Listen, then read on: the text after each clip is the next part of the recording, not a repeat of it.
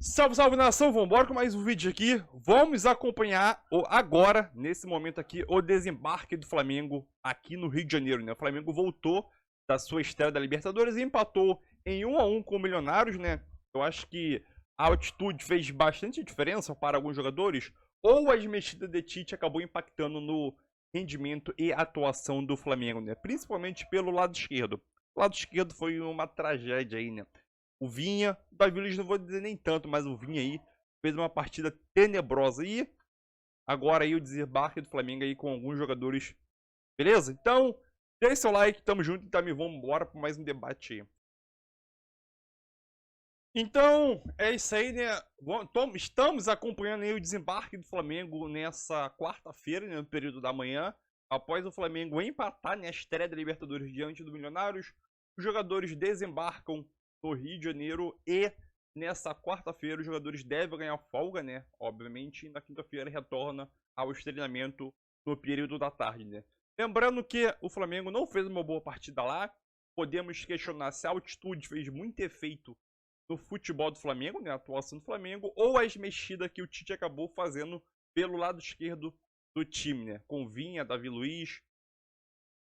E também até a entrada de Bruno Henrique, né? No lugar do Luiz Araújo. Aí é o jovem Lohan. Então é aquilo. Atuação péssima. Percebemos que o Flamengo, Luiz Araújo, percebemos que o Flamengo, depois do minuto 25, 30 do primeiro tempo, o rendimento do Flamengo caiu muito. E obviamente que para alguns jogadores a altitude fez muita diferença, para outros não, né? Então é isso aí. Vamos embora com mais um debate aí. Esse é o desembarque do Flamengo aí. Nessa quarta-feira os jogadores estão de folga aí. Entrou bem no jogo. Brincadeiras à parte, Tite falou depois do jogo. Vamos lá. O futebol, às vezes, ele te apresenta diferentes etapas. Se tivesse feito o Milionários o gol depois dos 15 minutos do primeiro tempo, que botou volume e criou oportunidades, principalmente em bolas alçadas pelo lado, nós estávamos com dificuldade em fazer esse bloqueio com os dois atacantes centrais. E um erro, às vezes, excessivo de passes nossos, que não dava a condição de nós trabalharmos, acionarmos os homens da frente com a melhor qualidade. Voltou no segundo tempo aí bem melhor. Aí quando teve a superioridade, fez o gol. E aí o futebol ele tem esses detalhes todos. Com o jogo dominado, com a possibilidade mais próxima de fazer o segundo gol, toma um contra-ataque ou toma uma jogada individual. Talvez por alguns momentos perdimos tempo da bola. Isso é o que mais complica aqui. Faz parte do futebol. A gente tem que se adaptar rápido a isso. Mas já aconteceu agora, levantar a cabeça, mas a gente semana que vem tem um jogo muito importante em casa e tem que pontuar com 3 pontos. Infelizmente, né, foi um resultado, né, um empate, né, a gente veio pensando na vitória, né, fico feliz pelo gol, mas triste pelo resultado, né, claro que não é um resultado muito ruim, né, fora de casa, na altitude, um campo, uma bola muito rápida durante o jogo, é muito diferente do que a gente está acostumado, mas eu trocaria, né, esse gol pela vitória, sem dúvida nenhuma. Mas continuar com o pensamento positivo, a gente vem vivendo, né, um começo de ano muito bom. Claro que a gente está cada dia evoluindo mais e espero que a gente possa, né, continuar com esse pensamento positivo. E aí a gente tem o grupo do Flamengo, né? Além do Milionários, o adversário de ontem, Bolívar e Palestino, que jogam hoje, né? E o próximo adversário do Flamengo é o Palestino, semana que vem, jogando em casa no Rio de Janeiro, no Maracanã. Vamos à Colômbia? Paulo Calçade está lá, acompanhou o jogo e vai trazer para a gente o que só ele viu, o que só quem estava acompanhando em loco viu, as suas impressões, o quanto também a altitude de Bogotá pode ter atrapalhado o Flamengo ou não. Sua análise do que aconteceu ontem em Bogotá. Muito bom dia, Paulo Calçade, bem-vindo. Olá, Abel, olá, companheiros. Olha, Abel, assim, para gente, não tem na altitude, não teve nenhuma interferência muito forte no meu comportamento aqui. Até porque eu não estou correndo, né? Eu estou na maciota.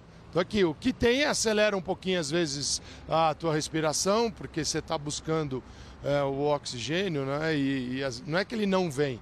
Numa altitude de 2.600 metros, como essa daqui, a capacidade do atleta de absorver oxigênio diminui em 25%. Aí são dados da ciência e eles têm para cada altitude qual é o dano que causa. Por quê? Porque a gente está mais alto, a pressão parcial de oxigênio é menor, então a a captação disso também é prejudicada. Então você vai buscar para poder, numa ação de resistência, quer dizer, provas mais rápidas. Até ontem dei esse exemplo. Se você estivesse numa prova de 100 metros rasos, provavelmente você baixaria seu tempo, tá? Se você estiver nos 10 mil metros, tem que ter resistência, o seu tempo não vai ser o teu tempo normal, ele vai ser mais alto. O jogo de futebol, você tem ações curtas, ações mais demoradas e uma ação maior que dura 90 minutos. Então, qual foi o grau de interferência no jogo do Flamengo? Porque que o Flamengo não jogou bem, que o Flamengo foi mal, em função daquilo que a gente tinha como expectativa, em função de 2024 do Flamengo, a gente ficou decepcionado, porque o Flamengo não jogou bem. O Flamengo realmente teve uma queda de rendimento enorme. Agora, qual foi o grau de interferência em cada jogador? Porque interfere individualmente. Não é uma interferência coletiva apenas. Cada um sente de um jeito. O Tite falou agora pra gente. O time melhorou no segundo tempo. Sabe qual foi a melhora? A entrada do Alan. Ele no lugar do Igor Jesus perdia bolas, não conseguia recuperar. O passe no meio de campo do Flamengo estava bem prejudicado. O Flamengo precisa do passe porque ele acessa o trio atacante que empurrava a defesa para trás, e essa era a ideia, né? Com Cebolinha, Bruno Henrique e o Pedro, você coloca na última linha do adversário e vai empurrando, e vai levando ela para trás. E analisando o Milionários ele vai se espaçando, ele vai deixando esses espaços. Então o meio de campo do Flamengo tinha que ter mais qualidade no passe, justamente para acessar esses espaços que eram criados, e não tinha. Isso não aconteceu. Com o Alan, as coisas mudaram. O jogador entrou como se não tivesse problema nenhum, né? Recuperando bolas, conectando a Arrascaeta com o Pulgar. Ele entrou muito bem no jogo. Isso mudou o Flamengo, que aí não conseguiu resistir até o final com a vantagem. E é aquela vantagem que todo mundo sonha, né? Você tem um pênalti, o adversário expulso, você faz o gol, você tem uma vantagem numérica dentro de campo e no placar. Só que o que não deu tempo de consertar, Abel, o Emerson Rivaldo é o jogador mais rápido que tem o Milionários. Quando ele vai para o campo, significa velocidade em cima de um lado que não estava bem. Não estava bem o Cebolinha, não estava bem o Matias Vinha, e o Tite começa a aquecer o Ayrton Lucas. Quando o Ayrton Lucas vai para entrar, o gol já tinha saído a jogada de velocidade. Aí são coisas do futebol mesmo, aí não tem jeito. Começando com a Natália aqui, você tem uma visão diferente do que viu o Calçadio? Você analisou da mesma forma o que aconteceu ontem? Não, o Flamengo teve dificuldades de defesa, principalmente no corredor, né?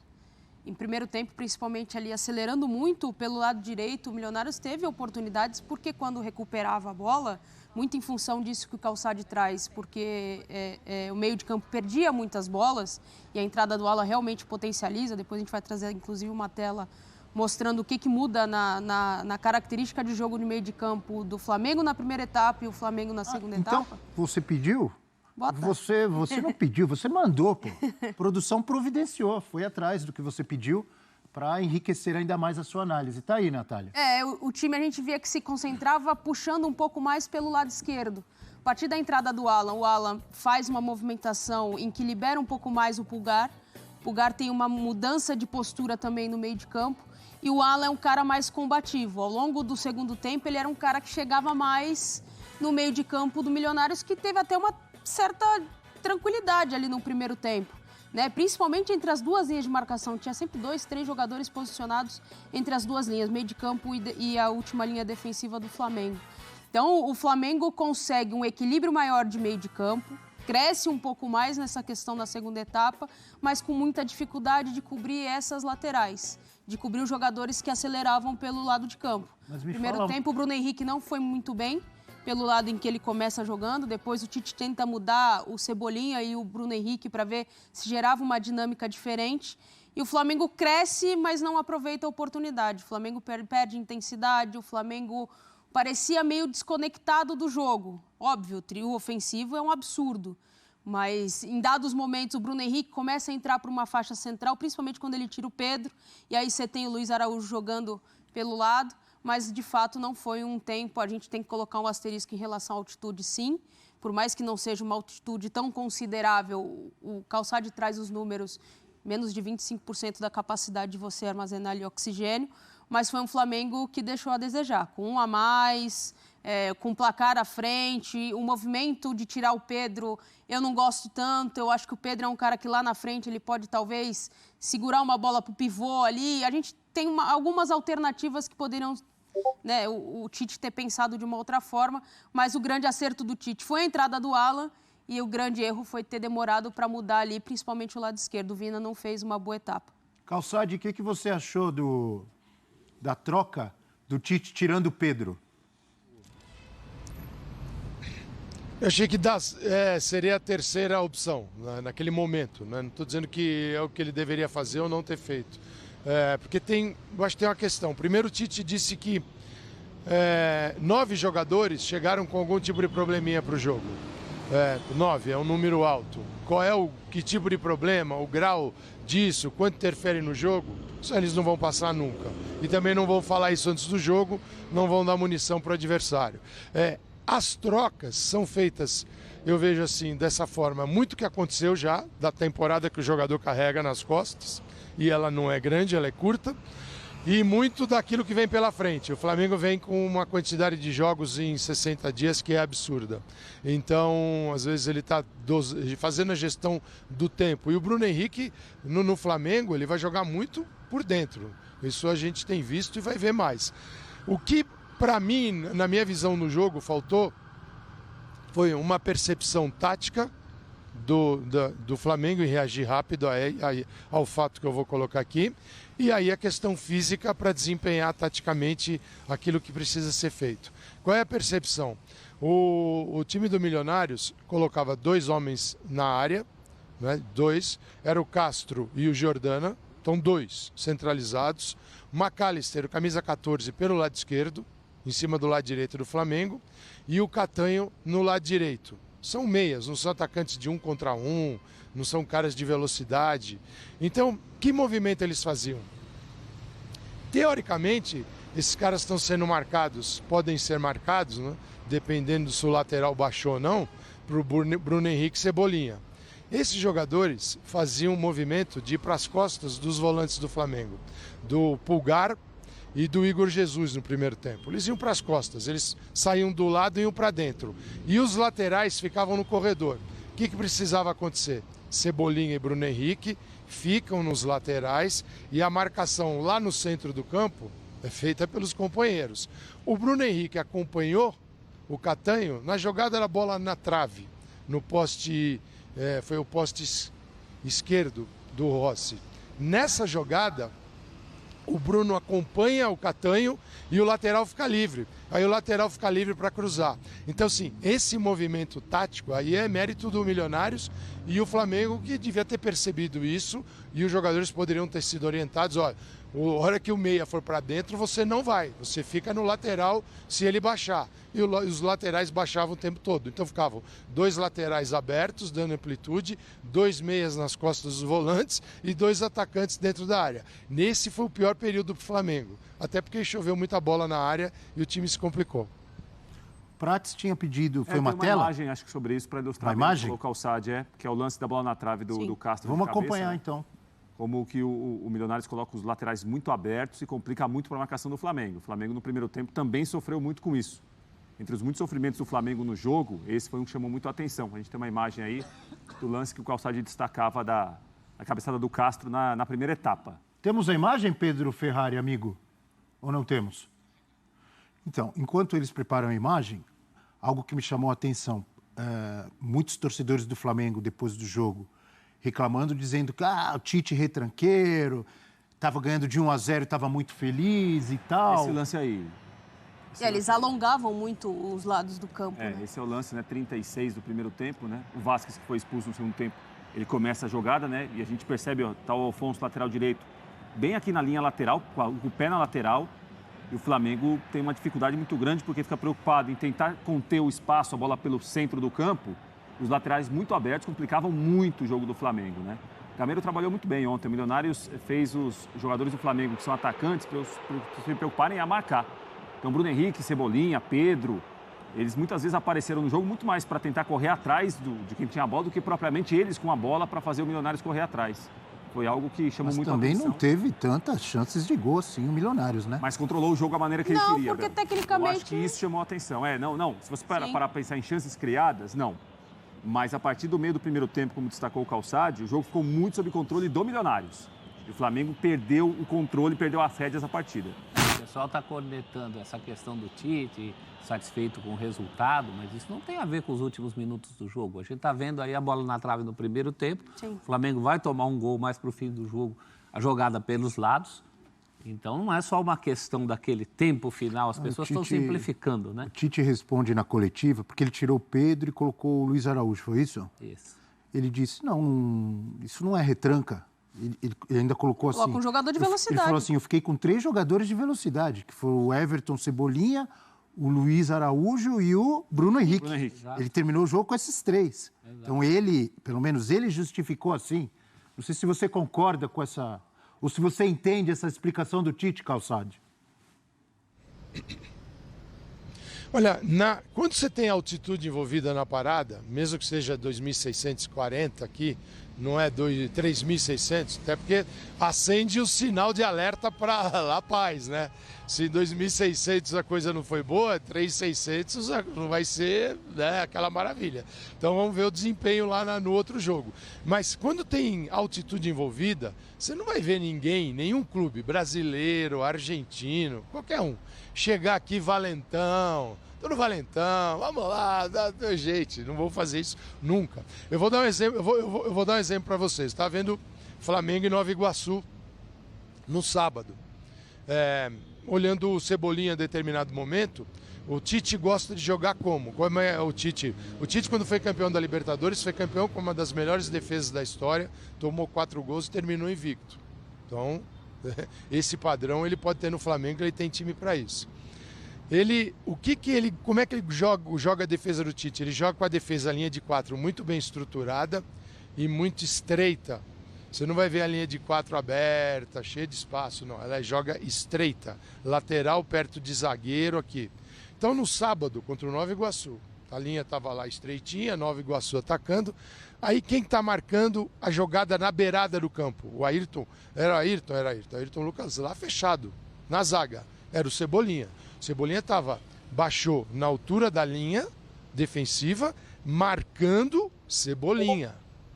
Tá? Ontem, uma jogada de contra-ataque do Flamengo. Até porque os retornos do Cebolinha foram lentos. O Cebolinha, aparentemente, para quem está vendo o jogo, assim, o Cebolinha sofreu com altitude, aparentemente. Não estou lá dentro da pele de Cebolinha para dizer, mas não era o mesmo jogador. Não era o mesmo jogador. E eu não acredito que o jogador veio aqui para... Tô nem aí, Libertadores, não. Isso aqui é Libertadores. O cara tem que ter uma outra forma de encarar o jogo. Teve um contra-ataque, uma bola puxada pelo Pedro e pelo Bruno Henrique pelo lado esquerdo.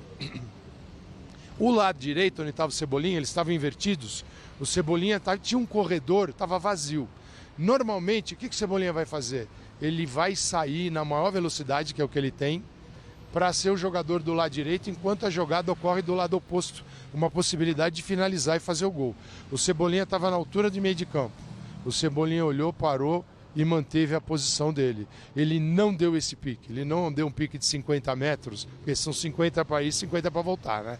Ele falou, fiquei.